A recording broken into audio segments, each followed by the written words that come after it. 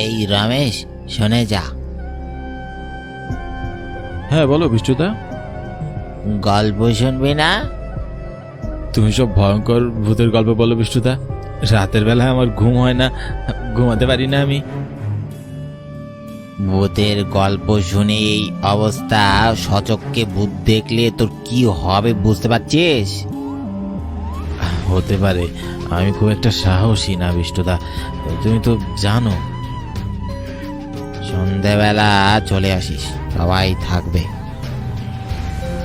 দিদার বাড়ি যাচ্ছি, আজ ফিরবো কিনা জানি না। যদিও ফিরি তাহলে রাত হয়ে যাবে, তখন তোমার দোকান তো বন্ধ থাকবে। আমার কথা শুনে বিষ্ণুদা উত্তরে কিছু বলল না, শুধু একদৃষ্টিতে আমার দিকে তাকিয়ে রইল। মন খারাপ করেছে কিনা কে জানে। বড়ই গল্প পাগল লোক, তাও যদি ভালো গল্প হতো। দিন রাত সেই এক ভূত প্রেতের আলাপ। আমি বিষ্ণুদা থেকে বিদায় নিয়ে গ্রামের পথে হাঁটা শুরু করি।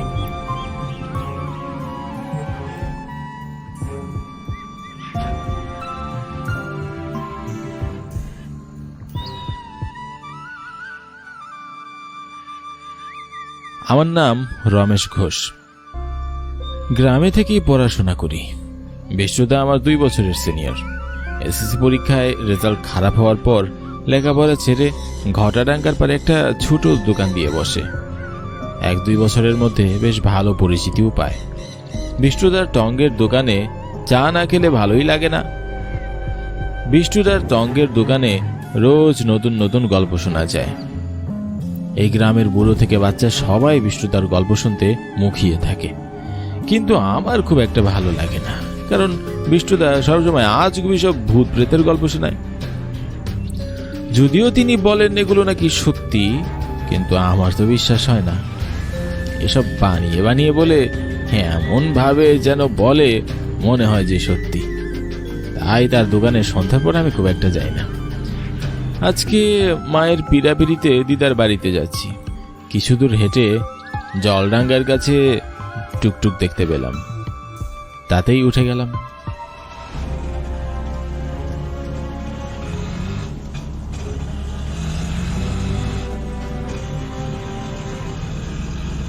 রাতের বেলা কি টুকটুক পাওয়া যাবে দাদা? দিনের মতো অত বেশি না, তবে দেখতে পেতে পারেন। ড্রাইভারের কথায় মনটা শান্ত হলো। দিদার বাড়িতে আমার খুব একটা ভালো লাগে না। সারাদিন সেখানে থেকে বিকেলে বেরিয়ে পড়ব। আসতে আসতে যদি রাত হয়ে যায় তাহলে গাড়ি পাওয়া যাবে কিনা তা নিয়ে সংশয় ছিল, এখন সেটা ক্লিয়ার হয়ে গেছে। গাড়ি পাওয়া যাবে। অনেকে রাতের বেলা ভাড়া মারে, সে যাই হোক।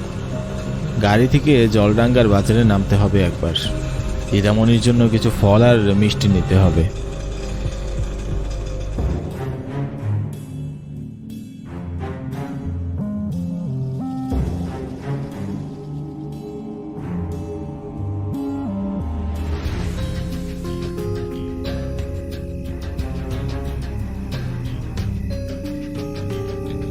যা ভেবেছিলাম তার হলো কই। মামা আর দিদার পিড়াপিড়িতে বিকেলে বের হতে পারিনি। রাতে থাকার জন্য অনেক জোরাজোরি করেছে, কিন্তু আমি এক কথার মানুষ। সত্যি কথা বলতে দিদার বাড়িতে আমার একটু ভয় ভয় করে। আমার নানা মারা যাওয়ার পর দিদা নাকি প্রায়ই দেখতে পায় আমার নানাকে। এমন কথা দিদা সবাইকে বলেছিল। সেই রাত থেকে আমি দিদার বাড়িতে আর চাই না। এদিকে রাতে বের হওয়ায় পড়েছি আরেক বিপত্তিতে। রাস্তায় কোনো গাড়ি নেই, কি আর করার, অতটা পথ আমাকে হেঁটে যেতে হবে। আকাশ কুসুম চিন্তা ভাবনা করতে করতে গ্রামের রাস্তা দিয়ে হাঁটছি। অন্ধকার রাস্তায় কিছুটা অসুবিধা হলেও হাঁটতে হাঁটতে চোখটা সয়ে এসেছে।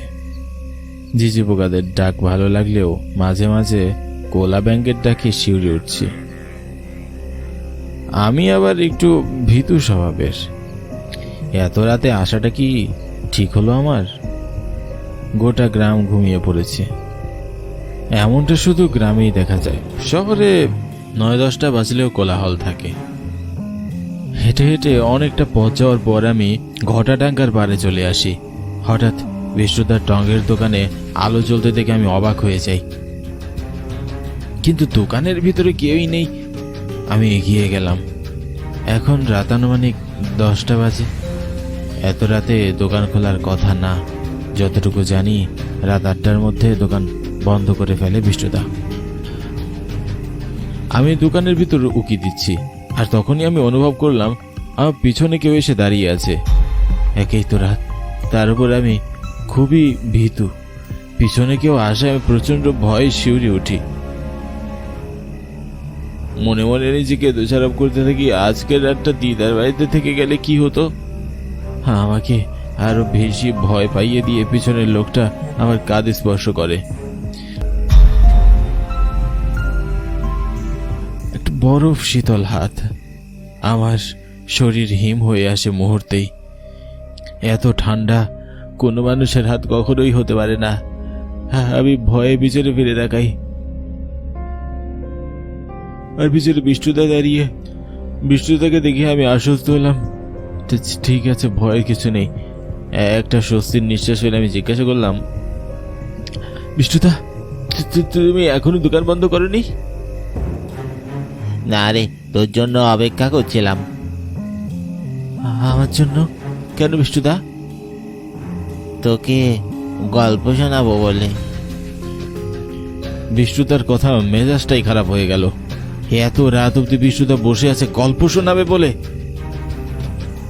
কাল শুনবো, আজ যাই বিষ্ণুদা, অনেক ঘুম পাচ্ছে। তোকে এমন গল্প শোনাবো তোর ঘুম উধাও হয়ে যাবে চোখ থেকে। বিষ্ণুদা নাচর বান্দা, সে তার আজগুবি গল্প শুনিয়েই ছাড়বে। কি আর করব। আমি দোকানের ভিতর গিয়ে বেঞ্চে বসে পড়ি। বিষ্ণুদা দোকানের ক্যাশে বসে গল্প শুরু করে।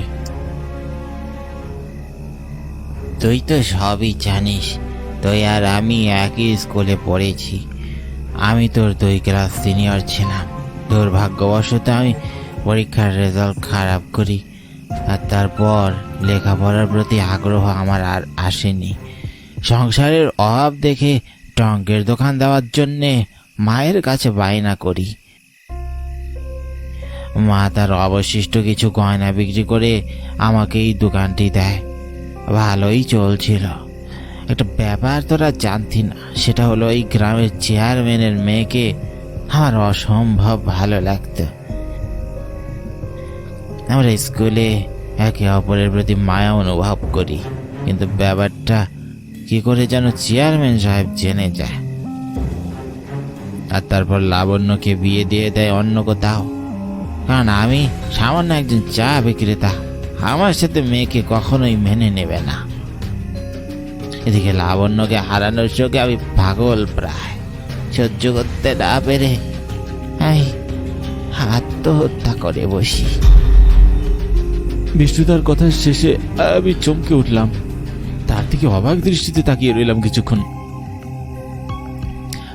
আত্মহত্যা করলেন মানে?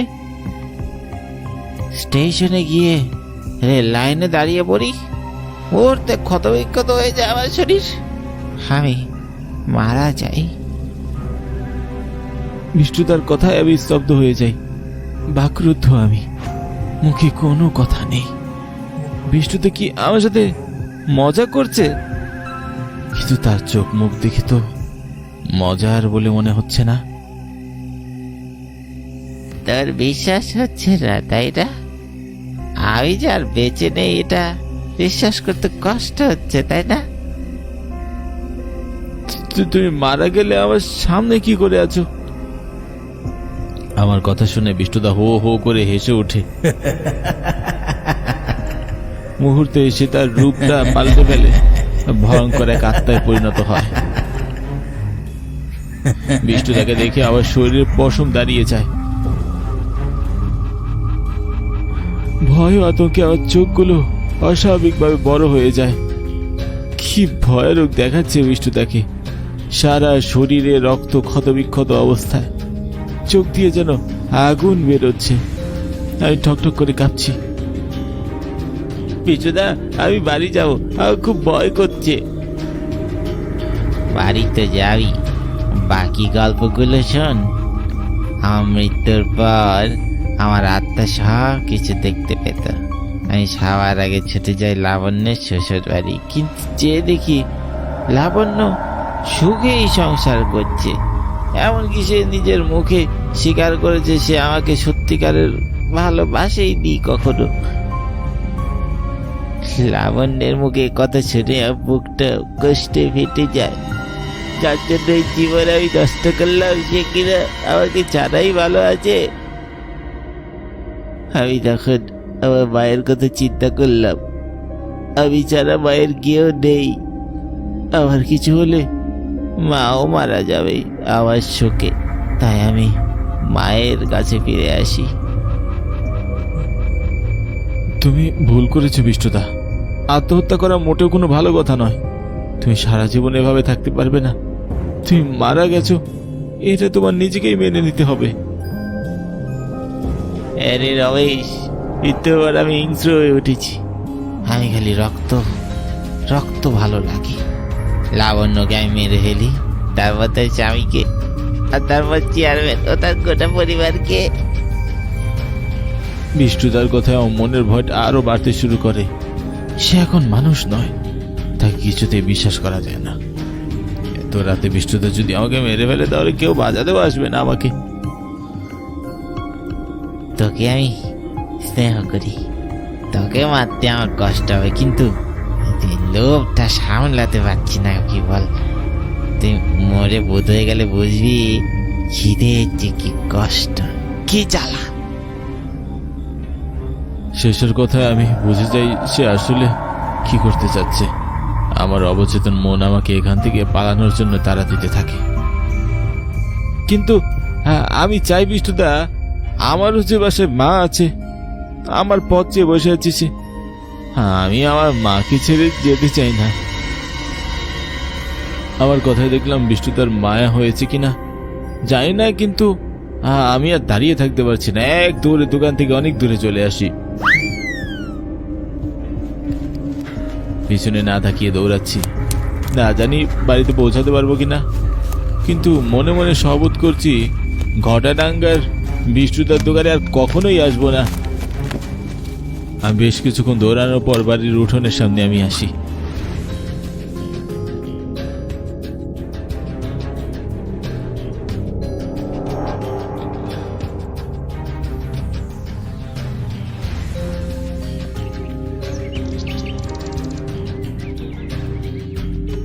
প্রথম ভূত দেখে প্রচন্ড ভয় পেয়েছি। রমেশ, ও রমেশ, কই তুই? বিষ্ণুদার কণ্ঠ শুনে আমি কেঁপে উঠি। তাকিয়ে দেখি বিষ্ণুদা। আমি আমার বাড়ি চলে এসেছি দেখে তাকে দেখে রাতের ভয়টা আবারও আমার বাড়তে শুরু করে। বিষ্ণুদাকে দেখে আমি ঠকঠক করে কাঁদছি, আর সে হাসি মুখে আমার দিকে তাকিয়ে আছে। তোর জ্বর, তাই তোকে দেখতে চলে এসেছি। আমার জ্বর তুমি জানো কি করে? আমি এখন সবই জানি রে রমেশ, কাল তোকে বললাম না এর কারণ। বিষ্ণুদার কথায় আমার সর্বশরীর হিম হয়ে আসতে থাকে। রাতে বিষ্ণুদা আমাকে মারার চেষ্টা করেছে, এখন সে কিনা আবার এসেছে আমাকে মারতে, মনে হয় এসেছে। না রে, তোকে মারতে আসিনি। আমি চিরদিনের জন্য ওই গ্রাম ছেড়ে চলে যাচ্ছি, এই দুনিয়া ছেড়ে চলে যাচ্ছি। এই বলে বিষ্ণুদা আমার দিকে একটা খাম এগিয়ে দিয়ে বলে,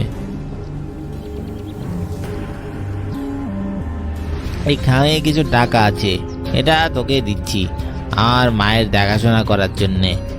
আর ঘটাডাঙ্গার তঙ্গের দোকানটা আমি তোকেই দিয়ে গেলাম, আজ থেকে ওই দোকানটা তোর। বিষ্ণুদার কথায় আমি বাকরুদ্ধ হয়ে তাকিয়ে রইলাম।